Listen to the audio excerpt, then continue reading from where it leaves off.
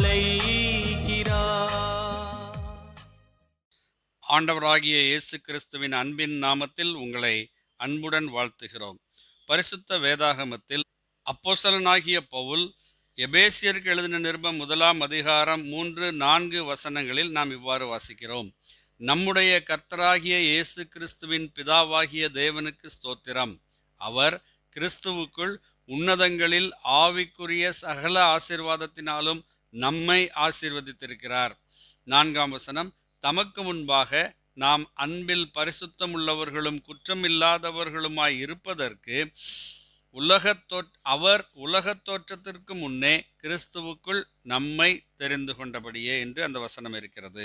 சர்வ வல்லமையுள்ள தேவன், சர்வ அதிகாரங்களையும் உடைய தேவன், எங்கும் வியாபித்திருக்கிற சர்வ வியாபியாகிய தேவன் மனிதர்களை நேசிக்கிறார். மனிதர்கள் மீது அன்பு கொண்டபடியினாலே அவர் இந்த பெரிதான பாக்கியத்தை மனிதர்களுக்கு அருளி செய்திருக்கிறார்.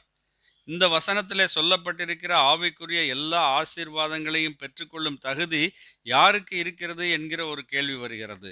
யாரெல்லாம் இந்த ஆசீர்வாதத்தை பெற்றுக்கொள்ள முடியும் என்று இந்த வசனங்கள் சொல்லுகிறது. இந்த ஆசீர்வாதங்களை பெறுபவர்கள் தேவனால் தெரிந்து கொள்ளப்பட்டவர்கள் என்று பார்க்கிறோம். அவர்கள் தேவனுக்கு முன்பாக குற்றமற்றவர்களாய் பரிசுத்தராய் நிறுத்தப்படுவார்கள் என்று நாம் வாசிக்கிறோம். யாரெல்லாம் அப்படி நிற்க முடியும்? யாரெல்லாம் ஆண்டவர் இயேசு கிறிஸ்து மனுக்குலத்தின் பாவத்திற்காக அவர் கல்வாரி சிலுவையிலே தம்மைத்தாமே பலியாக ஒப்பு கொடுத்து மரித்து அடக்கம் பண்ணப்பட்டு உயிர்த்தெழுந்தார், அந்த பலிமரணத்தின் மூலமாக எனக்கு பாவ மன்னிப்பு உண்டு என்று நம்பி ஏற்றுக்கொள்கிறார்களோ அவர்கள் கிறிஸ்துவின் பரிசுத்தத்தையும் குற்றமற்ற தன்மையையும் பெற்றுக்கொள்கிறார்கள்.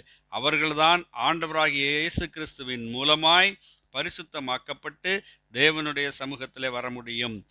பரிசுத்தம் இல்லாமல் ஒரு மனிதனும் தேவனை தரிசிக்க முடியாது என்று வேதம் தெளிவாய் சொல்லுகிறது.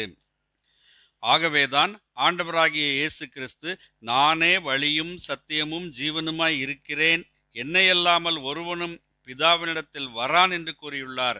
யோவான் 14:6 இதை படிக்கிறோம். வரான் என்றால் வர முடியாது, வரமாட்டான் என்று பொருளாகும். ஆண்டவர் இயேசு கிறிஸ்து உண்டாக்கின வழியை தெரிந்து கொண்டு அவர் மூலமாய் அந்த வழியிலே பிரவேசித்து வருகிறவன் முடிவிலே தேவனுடைய ராஜ்யம் சென்றடைவான்.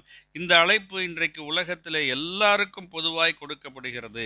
ஆனால் விசுவாசிக்கிறவர்கள் எவர்களோ அவர்கள் இந்த வழியின் வழியாக உள்ளே பிரவேசித்து நடந்து செல்லுகிறார்கள். தேவன் அவர்களோடு இருந்து அந்த வழியிலே நடத்துகிறார். அவர்களை தேவனுக்கு முன்பாக பரிசுத்தமும் குற்றமற்றவர்களுமாய் நிற்பார்கள். ஆவிக்குரிய எல்லா ஆசீர்வாதங்களையும் பெற்றுக்கொள்வார்கள். நீங்களும் அந்த விதமாய் இந்த இயேசு கிறிஸ்துவின் மூலமான வழியிலே பிரவேசித்து நித்திய ஜீவனை பெற்றுக்கொள்ள வேண்டும் என்பதே உங்களுக்காக நாங்கள் தேவனிடம் செய்யும் விண்ணப்பமாய் இருக்கிறது. ஆமேன். நன்றி.